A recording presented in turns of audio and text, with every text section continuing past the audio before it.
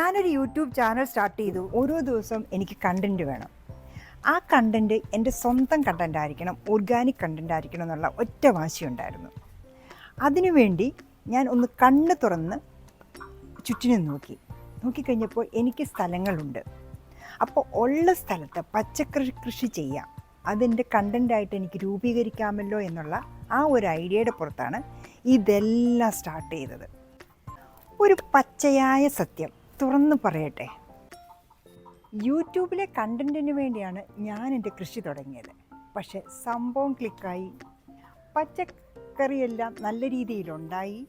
അതുപോലെ തന്നെ എനിക്ക് യൂട്യൂബിലും സബ്സ്ക്രൈബേഴ്സ് കൂടി, വാച്ച് അവേഴ്സ് കൂടി. സോ ഇപ്പം എന്ത് പറ്റി? വീട് നിറച്ച് പച്ചക്കറികൾ. എനിക്കിഷ്ടം പോലെ കണ്ടൻറ്റ് യൂട്യൂബിലിടാൻ. യൂട്യൂബ് നോക്കി പലരുടെയും നല്ല നല്ല വീഡിയോസ് കണ്ട് അവിടെ നിന്നാണ് ഞാൻ ഈ കൃഷികളെക്കുറിച്ചുള്ള കാര്യങ്ങൾ എല്ലാം പഠിച്ചെടുത്തത്. ഇപ്പം നമുക്ക് പച്ചക്കറി ഒന്നും വെളിയിൽ നിന്ന് വാങ്ങേണ്ട ആവശ്യമില്ല, നമുക്കിവിടെ എല്ലാം ഉണ്ട്.